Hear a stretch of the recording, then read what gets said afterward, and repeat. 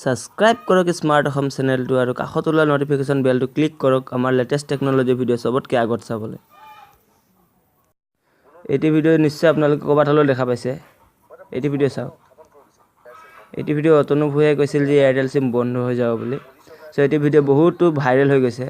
চ' আপোনালোকক মই প্লিজ অনুৰোধ জনাইছোঁ যে এইটো ভিডিঅ' আৰু শ্বেয়াৰ নকৰিব। আপোনালোকক মই সঁচা কথাটো কি এইটো জনাবলৈ ওলাইছোঁ। চবলক ভিডিঅ'টো ষ্টাৰ্ট কৰোঁ।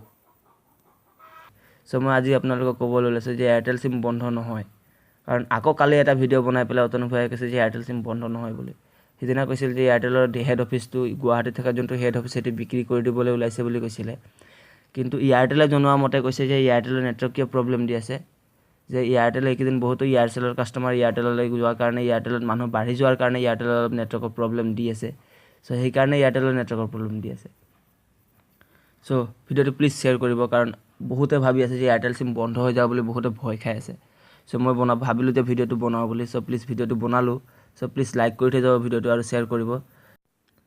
ভিডিঅ'টো যিমান পাৰে শ্বেয়াৰ কৰিব আৰু সকলোকে জনাব যে এয়াৰটেল চিম বন্ধ নহয় বুলি। কাৰণ বহুতে উৰা বাতৰি শ্বেয়াৰ কৰি আছে, কিন্তু মই সঁচা বাতৰিটো শ্বেয়াৰ কৰিবলৈ আপোনালোকক অনুৰোধ জনাইছোঁ যে ভিডিঅ'টো প্লিজ শ্বেয়াৰ কৰিব। চ' আজিলৈ ইমানে। ধন্যবাদ।